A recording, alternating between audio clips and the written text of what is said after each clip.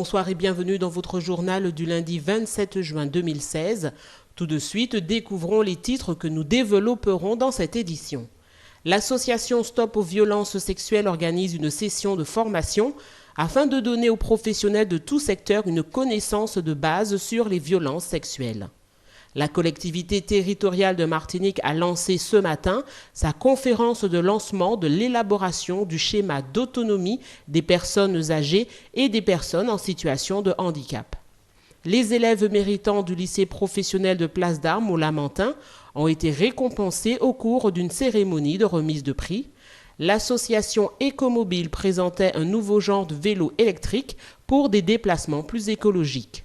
Samedi soir était donné le coup d'envoi de la fête patronale de Trinité. Rencontre avec la créatrice de mode Mirella Caruge qui remet le madras au goût du jour. L'association SVS, Stop aux violences sexuelles, organise des programmes de formation à destination d'acteurs du milieu scolaire, associatif ou encore médical afin de les sensibiliser à cette problématique méconnue.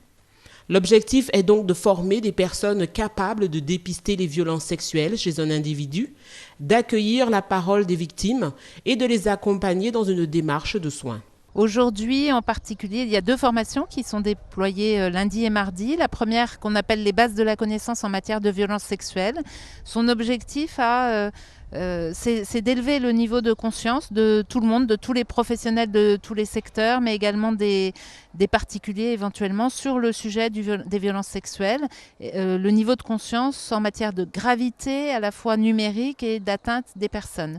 Et en parallèle, il y a une autre formation qui s'intitule Prévention en milieu scolaire, qui a pour objectif de former des professionnels qui vont apprendre aux enfants à se protéger, de la petite section de la maternelle jusqu'en terminale, avec des messages adaptés à leur âge. Il y a des choses bien sûr qu'on ne sait pas et qui ne sont pas dites, mais il y a surtout une banalisation et une désaggravation systématique des violences sexuelles. Par exemple, dans les terminologies, on va pouvoir parler de jeux sexuels, de touche-pipi, de chatouilles, de caresses, alors qu'en fait, on est en train de vivre des agressions sexuelles, des choses extrêmement destructrices pour l'être humain, à tel point que sur le tard, ça va même pouvoir donner des maladies graves avec lesquelles il va falloir apprendre à faire les liens avec les antécédents de violences sexuelles. Le grand message qu'il faut passer aux enfants, c'est que leur corps leur appartient, qu'eux-mêmes doivent le respecter, mais également qu'ils doivent respecter le corps des autres. Ça, c'est le message fondamental et comme le disent souvent les Canadiens, un enfant averti, c'est se protéger. Et on travaille beaucoup sur le ressenti et les émotions. Donc d'apprendre à un enfant une chose aussi simple qui est « est-ce qu'à l'intérieur de moi, ça fait oui ou ça fait non ?» Être bien en contact avec ses émotions. Là, on va déjà donner des clés extrêmement simples aux enfants pour apprendre à se protéger. Après, il faut apprendre aux enfants aussi à rapporter les faits, à parler. S'il y a des choses qu'ils vivent, qu'ils soient capables d'en témoigner auprès des adultes. Et donc, il faut aussi apprendre aux adultes à accueillir la parole des enfants et la respecter. Des enseignants ont participé à cette formation afin d'appréhender les bons gestes, leur permettant d'établir, entre autres, un signalement des violences sexuelles. C'est un thème qui, a priori, ne m'interpellait pas du tout. Je me suis dit, des violences sexuelles, je suis un peu loin. Mais après, j'ai réfléchi un peu plus, puisqu'on ne sait pas sur quel élève on peut tomber. D'autant plus que, vous savez, il y a des timides. Et on ne sait pas ce qu'il y a derrière une timidité. Je me suis dit, somme toute, ce serait bien que j'aille écouter ce qui se dit et pour pouvoir être mieux armé et pouvoir faire face à des élèves de quelques origines que ce soit. Je trouve qu'il est tout à fait important d'entendre ces informations parce qu'on ne se rend vraiment pas compte de l'impact que ces actes ont sur la vie des autres. Enfin, au travers des témoignages que j'ai pu entendre, c'est quelque chose qui peut, si vous n'êtes pas bien armé, détruire une vie. Ça peut vous tuer, au fait. Donc, il est bien de savoir ce qu'il en est pour préserver un proche, un ami ou qui sait, ses propres enfants, on ne sait jamais. Les violences sexuelles sont un enjeu de société qu'il faut saisir à bras-le-corps afin de l'endiguer tel un virus dont on stoppe la propagation. La collectivité territoriale de Martinique organisait ce lundi une conférence de lancement de l'élaboration du schéma d'autonomie des personnes âgées et des personnes en situation de handicap. L'objectif de cette rencontre était d'instaurer un véritable débat de société avec l'ensemble des acteurs du secteur de l'autonomie.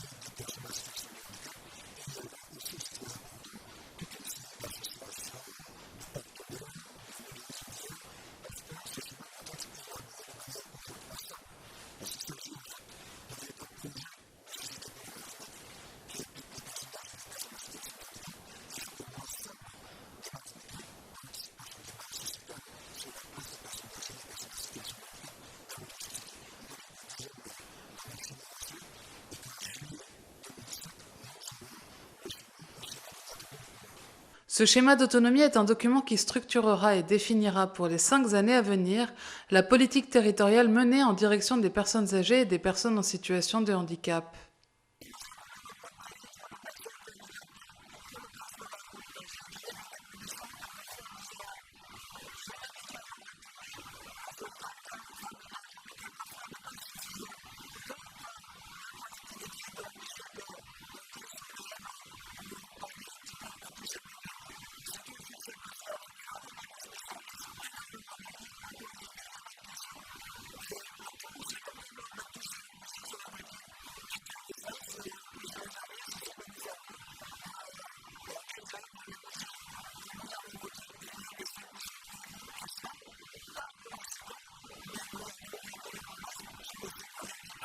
La CTM a ouvert le débat et la réflexion de ce schéma d'autonomie au public non professionnel et souhaite y impliquer les personnes âgées et les personnes en situation de handicap, le public concerné par cette politique sociale.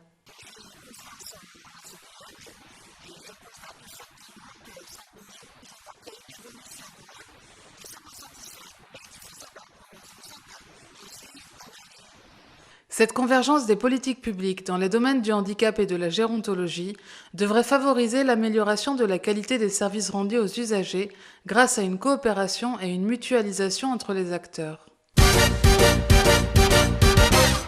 Samedi dernier, le lycée professionnel de Place d'Armes a mis en avant non seulement les bons élèves, mais surtout toutes celles et ceux qui se sont investis dans leurs projets personnels de réussite et dans les actions du lycée. C'était à l'IMS à Mangrovulsin, au Lamentin. Nous avons donc tenu à récompenser ces élèves de lycée professionnel qui ont un mérite inestimable. Ce sont des enfants qui ont l'impression au départ d'être en situation d'échec scolaire, qui n'ont plus d'estime de soi, et nous devons donc, avant de leur inculquer un savoir, avant de leur inculquer les bases de l'enseignement, nous devons les prendre en charge pour les remettre en confiance, d'où l'importance de cette manifestation d'aujourd'hui. Et vous êtes aperçus que pas mal de nos élèves ont été donc retenus pour une poursuite d'études en BTS. J'ai envie dans un premier temps de m'adresser aux parents. C'est là où le bas blesse.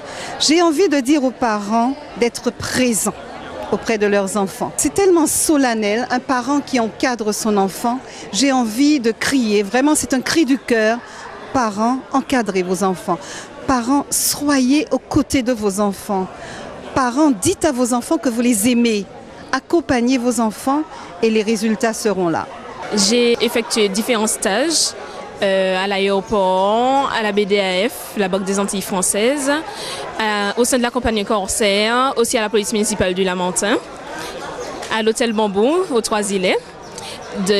On a aussi, avec le lycée, nous avons aussi participé sur les salons, les foires expo, le salon des lycéens, le salon des seniors. Après le collège, j'ai été acceptée en lycée professionnel. C'est pas ce que je voulais. Je voulais être acceptée en général, mais ça ne m'a pas dérangé. Donc j'ai eu mon BEP MRCU en première. Et cette année, la semaine dernière, j'ai passé l'examen de bac pro. On voit aussi qu'il y a aussi beaucoup de jeunes Martiniquais en qui on peut avoir confiance. Des jeunes Martiniquais qui se battent, qui s'accrochent et qui arrivent à réussir. Et particulièrement en lycée professionnel, il y a beaucoup qui arrivent moralement déjà un peu fracassés, qui n'ont pas beaucoup de confiance en eux parce qu'ils ont été cassés par le passé. Lorsqu'on voit qu'en s'accrochant, ils réussissent brillamment jusqu'aux études supérieures, jusqu'au BTS, jusqu'aux licences, jusqu'au master et même au-delà. Je dis qu'il ne faut pas désespérer de notre jeunesse. Franchement, c'est le plus beau message qu'on puisse transmettre à notre pays, c'est que yes, we can too. Il n'y a pas que les autres qui can, nous can too. Et dans notre pays, il y a ce potentiel-là, il y a cette intelligence-là qui fait qu'on ne doit avoir de complexe vis-à-vis de personne. Lorsqu'on s'accroche, lorsqu'on se bat, on peut faire couler des larmes de joie dans les yeux de ses parents et dans les yeux de la Martinique entière. Ce n'est pas que des larmes de souffrance, des larmes de peine, de tristesse que nos jeunes sont en mesure de faire couler dans les yeux de la Martinique.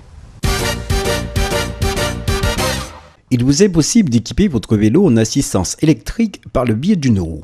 C'est ce que l'association Écomobile nous a démontré. Jean-Philippe Marel, président de cette association, nous en dit un peu plus. En partenariat avec la CACEM, nous avons fait une animation pour les agents de la CACEM et nous avons aujourd'hui présenté un nouveau vélo, effectivement à assistance électrique, avec une roue qui s'adapte à n'importe quel type de vélo pour pouvoir justement équiper son vélo en assistance électrique. C'est simplement montrer à la population et à tout un chacun, aussi aux décideurs notamment, qu'il y a d'autres moyens de transport que la voiture et on peut aller aussi ces différents modes de transport qu'on nous présente aujourd'hui avec le TCSP notamment, puisque les vélos pliables seront autorisés dans le TCSP. Donc c'est aussi montrer aux personnes qu'on pourra se déplacer autrement à partir du TCSP, mais aussi dès maintenant à partir de son véhicule, avoir ce type de vélo embarqué dans son coffre et pouvoir aller faire un minimum de déplacement sans forcément utiliser sa voiture. Cette roue est assez originale puisque tout est incorporé dedans. Donc la batterie, le moteur sont incorporés dedans. En à peine 10 minutes, sans forcément être technicien, on peut monter soi-même la roue. Il y a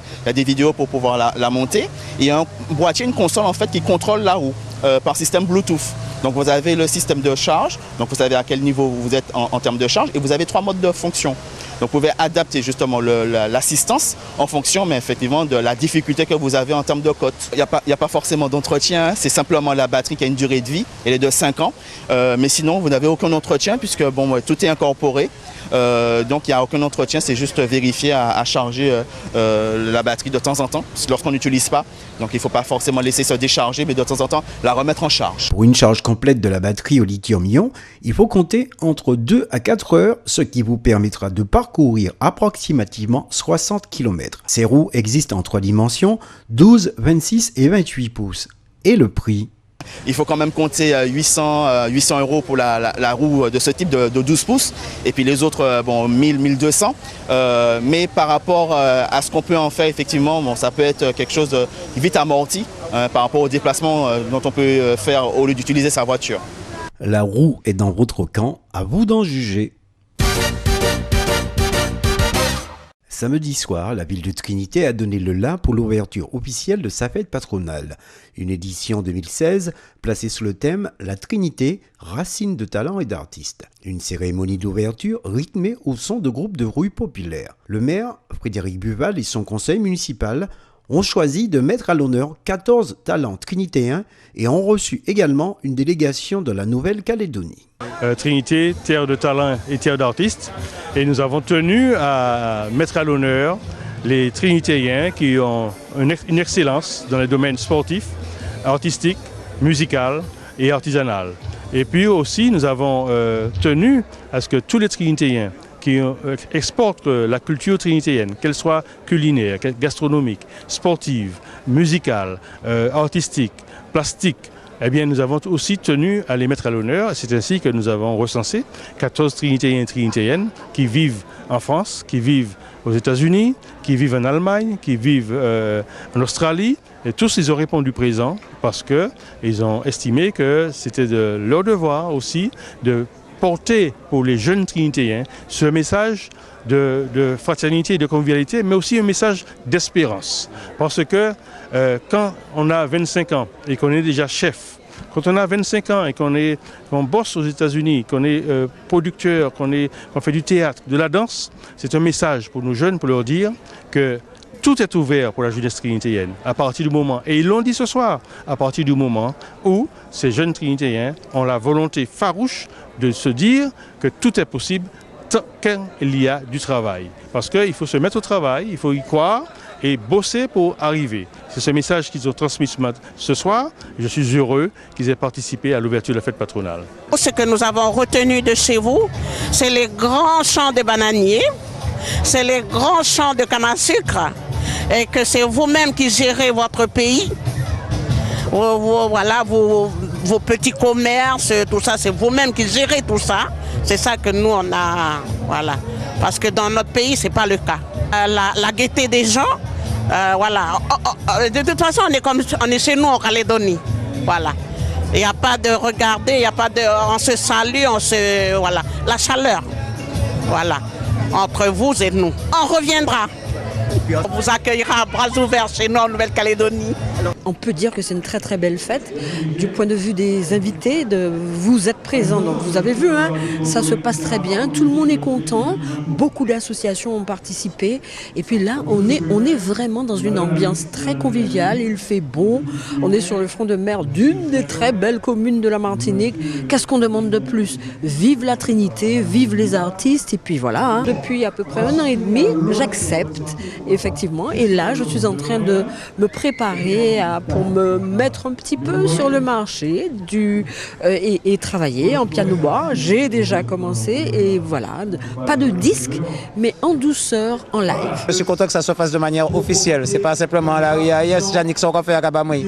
Là, c'était efficace. J'ai reçu ma petite récompense. Merci Trinité, big up to the max. J'ai une nouvelle chanson qui s'appelle Yon, dans laquelle je fais les gens chanter en créole et qui est sur le point d'arriver là sur Zouk TV. Qui ça bon Dieu, c'est que nous toute la fait Yon. En seul bon Dieu qui n'y m'en sa vie pas ni deux. À dans Trinité, tout le monde attend ni 3. Pour arriver Zion, nous pas besoin 4. En famille nombreuse qui a commencé à 5. Africain qui a fait trop piche, c'est argument à 6. Fait yo payer en bouche, yo peut mettre en 6, 7. Moi pas évaluer tout speech politique parce que yo pas 8. Gardez à l'ouest, moi pas ouais rien dit 9. Garvey dit garder à l'est, personne passe à 10. Tout le monde les yo parler l'argent, yo parler le bronze. Judas c'est un royaume nom tribu c'est 12. Bon moun en jouer l'auto c'est le vendredi 13. Bon moun pète la vie yo dans la 14. Aïe chip rugby, obligé yo à 15. Mani à pochette Dixon, là ni en bouteille 16. Ok, big up to the max. La chanson s'appelle Yon. Y'a Zouk TV, autres ça. Samedi dernier à Sainte-Marie, nous avons rencontré Mirella, sans emploi, qui est naturellement douée pour la couture et qui a un faible pour le madras. Depuis 10 ans, elle ne lâche pas sa machine à coudre. Elle confectionne des vêtements pour enfants, nappes, tabliers et sacs. J'aime beaucoup la nature, j'aime beaucoup aussi aider les gens et puis aussi travailler aussi. J'ai beaucoup de passion, mais ma passion, j'aime la mode beaucoup. Et j'aime beaucoup le madras aussi. J'aime beaucoup le madras et j'aime beaucoup créer. Et le madras, je trouve qu'il y a beaucoup de couleurs, qu'on peut faire beaucoup de choses avec et puis qu'on peut créer beaucoup de choses. Ce que je crée, ce sont des vêtements pour enfants, j'appuie les bouteilles. Ça s'est déclenché parce qu'il n'y a pas de travail. Il n'y a rien, tout ce qu'on fait, on dépose des demandes, il n'y a pas de travail. Combien de temps tu fais ça? Ah, ça doit faire à peu près plus de 10 ans à peu près. Je suis quelqu'un que j'aime. Je suis chez moi, j'aime voir chez moi propre. Ça veut dire que le matin, je me réveille, je nettoie ma maison. Et puis ensuite, je travaille. Au fur et à mesure, je travaille. Je peux voir quelque chose quelque part. Et puis je dis, bon tiens, je vais faire ça comme ça, comme ça, comme ça. Et puis c'est de là, je commence à travailler. Mais ça peut arriver qu'il y a des jours que je ne travaille pas chez moi. Ça peut arriver. Tu as besoin de quoi pour travailler? Du madras, je sais pas beaucoup. J'ai pas grand chose, il suffit que ma machine à coudre et puis avoir mes créations dans ma tête et puis pouvoir dessiner ce que je travaille dans ma tête pour pouvoir produire sur le tissu. J'aime faire les vêtements pour enfants. Ouais, pourquoi pour les enfants? Parce que je trouve que ça, pour les enfants, c'est plus facile et quand on habille un enfant, c'est agréable à regarder. Moi, je fais mes vêtements moi-même, je n'achète pas de vêtements. Je fais tout ce que j'ai comme vêtements, je m'habille. Mais pour dire faire autre chose, je trouve que je peux avoir des idées, parce que c'est au fur et à mesure ça peut arriver. Je dis bon, c'est ça. Mais moi, je préfère me consacrer sur ce que je suis en train de faire, mes créations. Je préfère au lieu de voir autre chose. Mais ça peut arriver que je dis ça, mais aujourd'hui que je peux dire, je peux penser autrement. De temps en temps, Mirella organise chez elle à Pain de Sucre des journées portes ouvertes afin de mieux découvrir ses créations. Et c'est ainsi que se termine notre journal. Rendez-vous demain à 19h20 pour une nouvelle page d'information.